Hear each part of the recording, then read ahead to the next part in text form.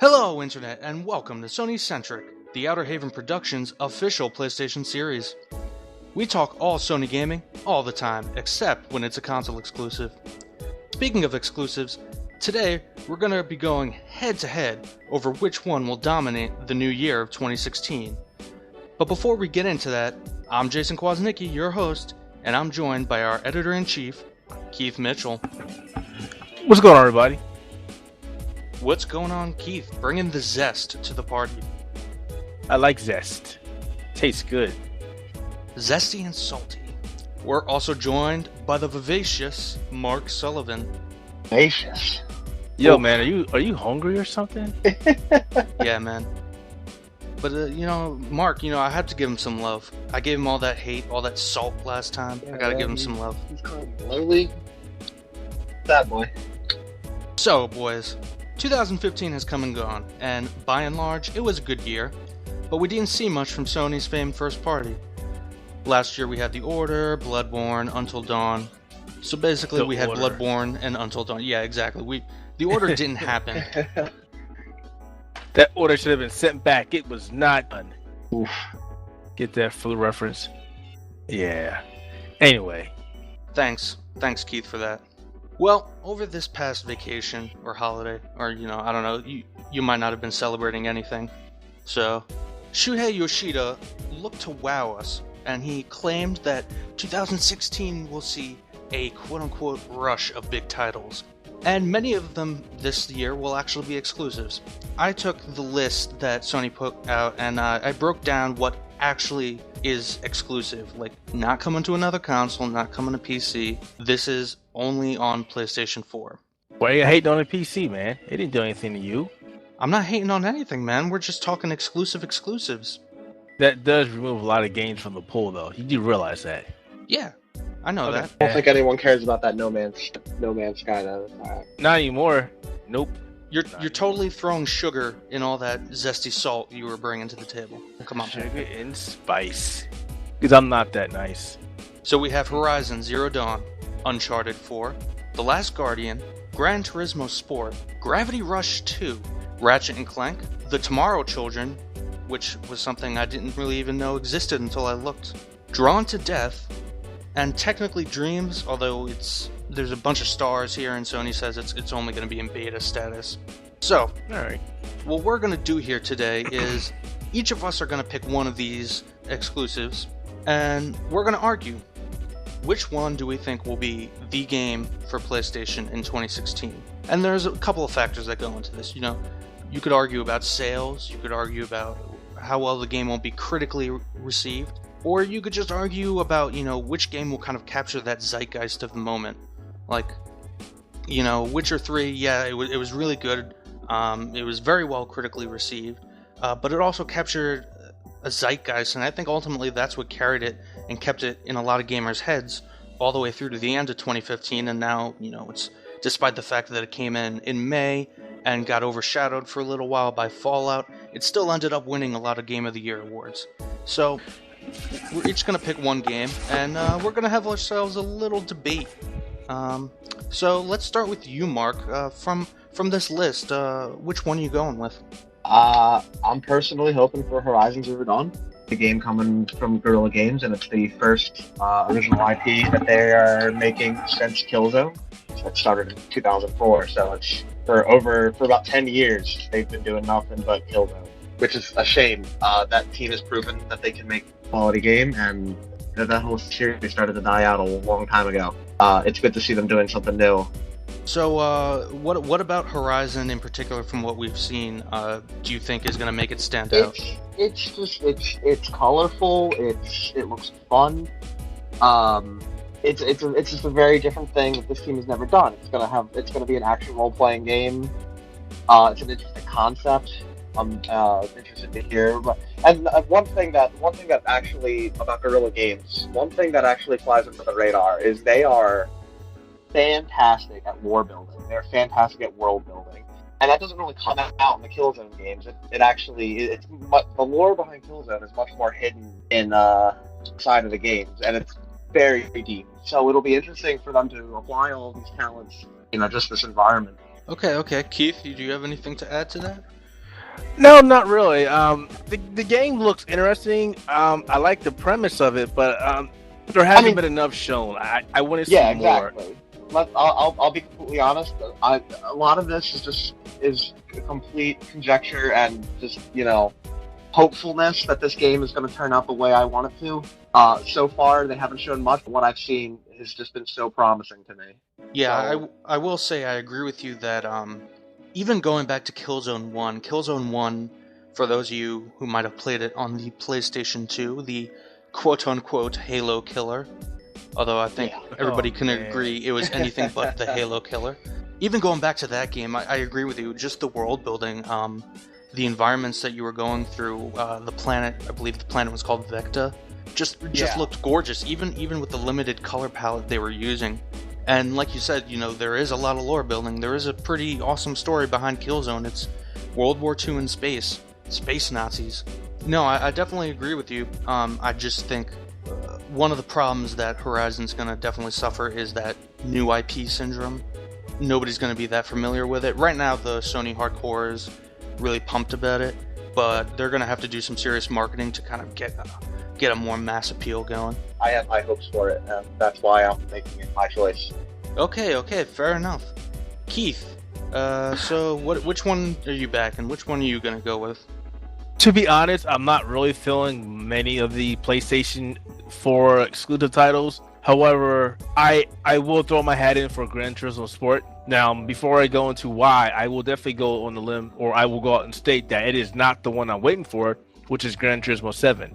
However, Felicity has been taking her sweet time, getting us a Gran Turismo 7. So, Gran Turismo Sport is a nice alternative.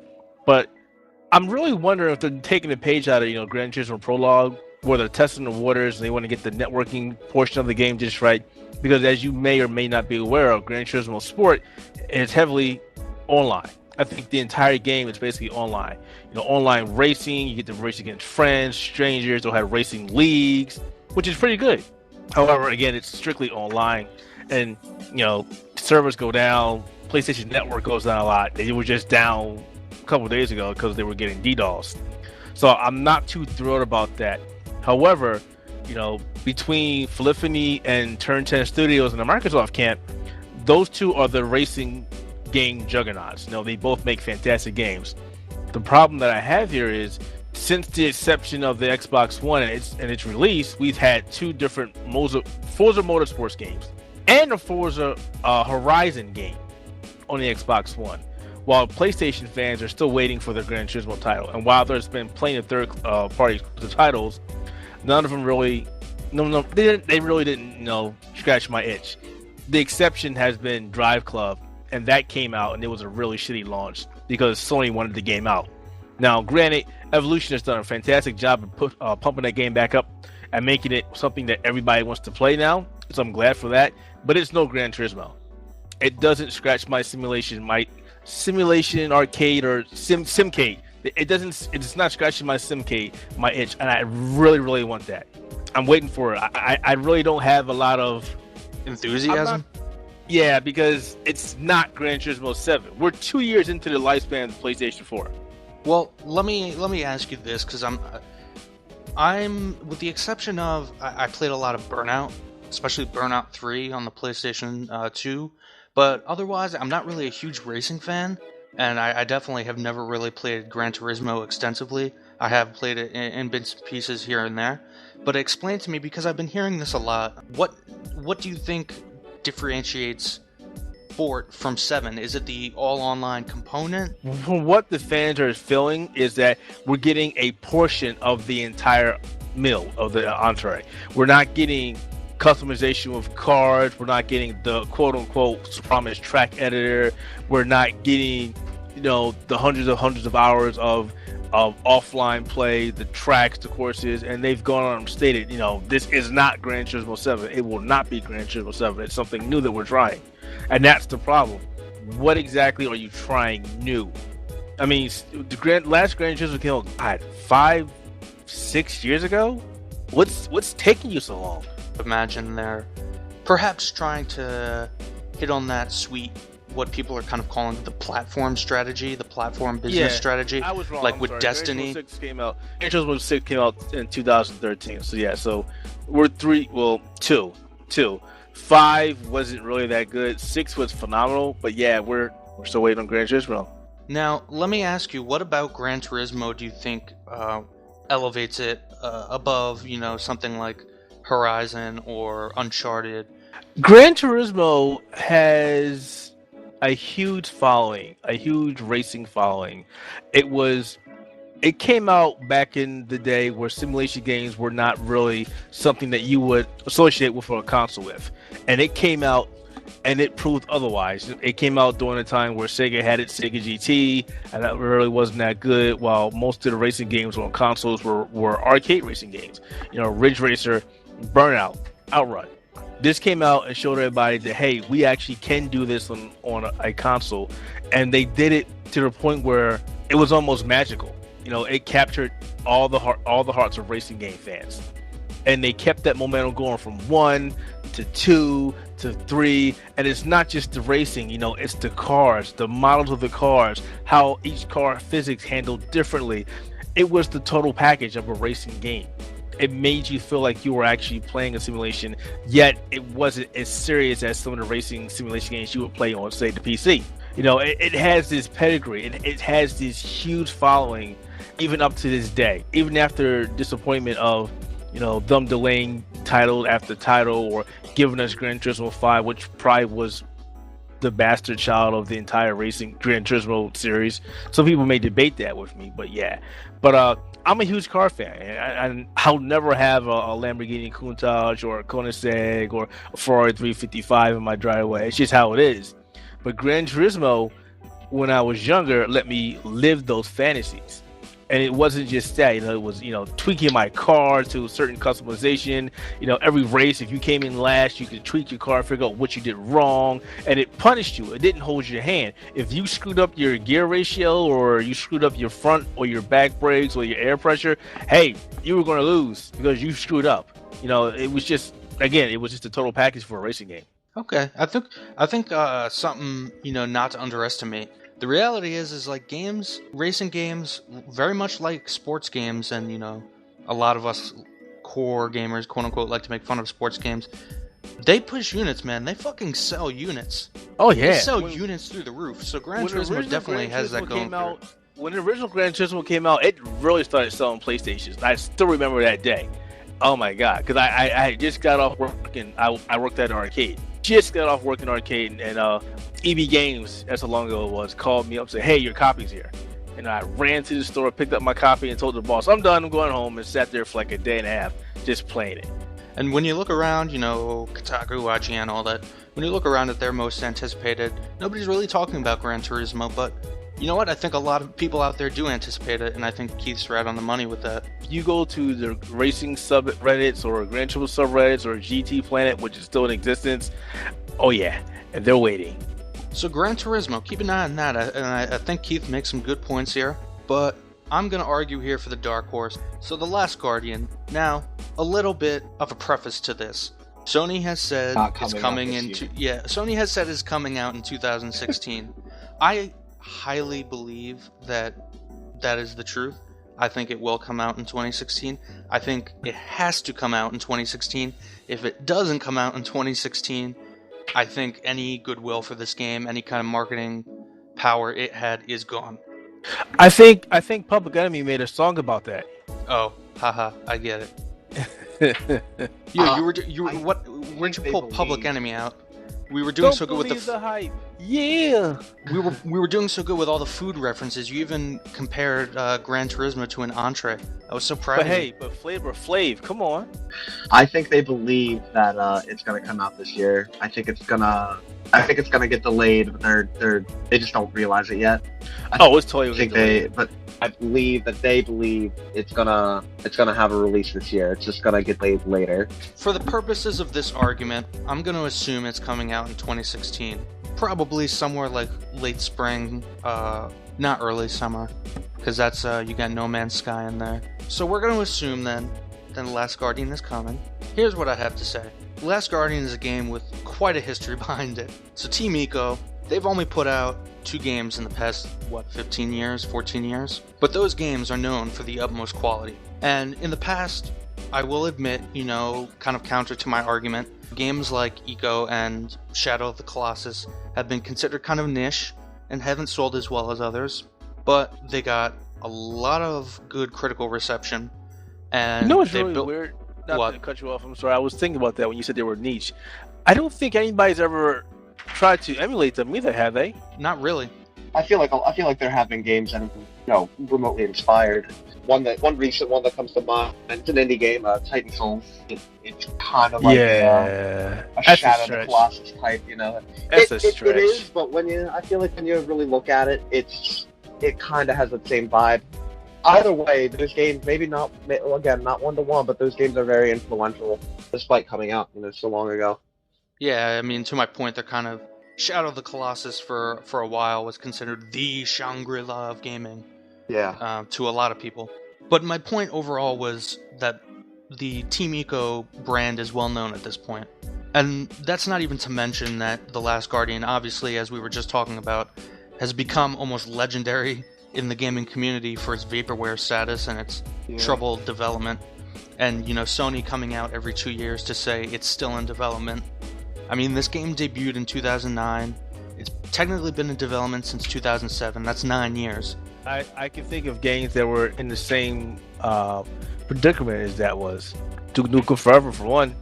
Oh, but wow. Yeah, exactly. What I was about to say was, that might not bode well for my argument here, as there could actually be very big problems with the game.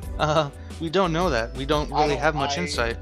I don't think we should go as far as to think it'll be Duke Nukem Forever. Yeah. Big problems, I mean, my rebuttal to that and my ultimate argument is that Sony would have dropped this game if there was that big of a problem with it. If there was something that was unfixable, I think Sony would have been smart enough to drop it. And I think they know that they had a gem there.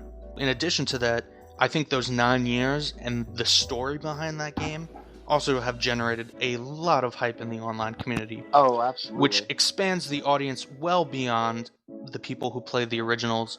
I think the potential audience for The Last Guardian is way bigger than Team Ico's audience in the past. And let's also just not forget the legacy of those games that I just mentioned. I mean, they're great games. I have no doubt whatsoever that Team Ico can produce. I don't doubt that. I think everybody's in the same position you are, and that we're tired of waiting. No, definitely. That's why I say 2016 is the year for The Last Guardian, and I think if it doesn't come out in 2016, I think this game has some problems on its hands. It's going to be hard to market. It's going to lose a lot of interest. But if it does come out in 2016, which I think it has to, and I think it will, purely on the history behind it, obviously, I would liken it to like a Legend of Zelda game. Like, Skyward Sword wasn't the greatest Legend of Zelda game. I would argue it's one of the worst. But it has the Legend of Zelda as a series has a history behind it. That game came out on the 25th anniversary of that series. And so there was something behind buying that game. And I for one, and I think a lot of people who have been with Sony for a long time feel that way. It better be the masterpiece that everybody is hoping it's going to be. It better come out within the next year or forget it. I think fans are, and I'm pretty sure you are in the same boat, are at they're at wit's end. Like, all right. No, definitely. If it doesn't come out this year, I mean, to be honest, I'll probably still buy it when it comes out. But again, all of these magical stars have to align in order for it to kind of take the year. But if Last Guardian does come out, and if it hasn't really deteriorated in quality over the course of its development, Game of the Year 2016. Yeah, I feel like that's one of those games we all just collectively, as an industry, wanna get our hands on. It's just sad to see that games that are eagerly anticipated aren't coming out anytime soon, and yet we get Drivel, Watch Dogs, that's getting sequel that nobody asked for. Nobody. Yeah, well. Do you guys have any final thoughts? I mean, we kind of each picked one from that big list. Do you guys want to, say a word or two about anything else on that list? Oh, Uncharted will be awesome, and I will pick it up hands down. Yes, but it was more than just one game we were waiting for. An ultimate pick would for me Gran Turismo. But if you would ask me another game, I would probably tell you Ratchet and Clank. I mean, I am excited for Ratchet and Clank. I'm not crazy about the future style. Have you played it yet? I have, and A Crack in Time was probably one of my favorites. Going Commando will always be my favorite, but I'm very deep-seated in classic Ratchet and Clank, and Future hasn't really sunk in. It might be my age, it might be the fact that I played the originals when I was actually growing up as a kid, but Future just hasn't really sunk into me nearly as the original trilogy. I just want the game that come out so I can stop going to freaking Best Buy and GameStop and playing on the kiosk. Yeah, I feel that, man. Like, I remember... So I'm one of those weird people that just refuses to do digital. I don't download games digitally. I like having a physical copy. I like being able to see what I buy. So embrace it. So like a loser, I still go to midnight releases. Like, I went to Fallout 4 midnight release. I went to Metal Gear Solid 5 midnight release. That's not being a loser. You're embracing, your pride. Well, as a geek. It's also kind of fun. You hang out with some other geeks at the GameStop. But every single time, man, I was fucking playing Ratchet and Clank on that kiosk. Well, before we stray too far, what do you think, guys? What do you think will be the exclusive for 2016 Internet? We want to know, so leave your thoughts in the comments. This has been a sweet, savory, and satisfying slice of SonyCentric. If you enjoyed, please like this video, subscribe to the Outerhaven Productions for more. Once again, this is Jason Kwasnicki, along with Keith Mitchell and Mark Sullivan. Peace out, everybody. Have a good night. Later.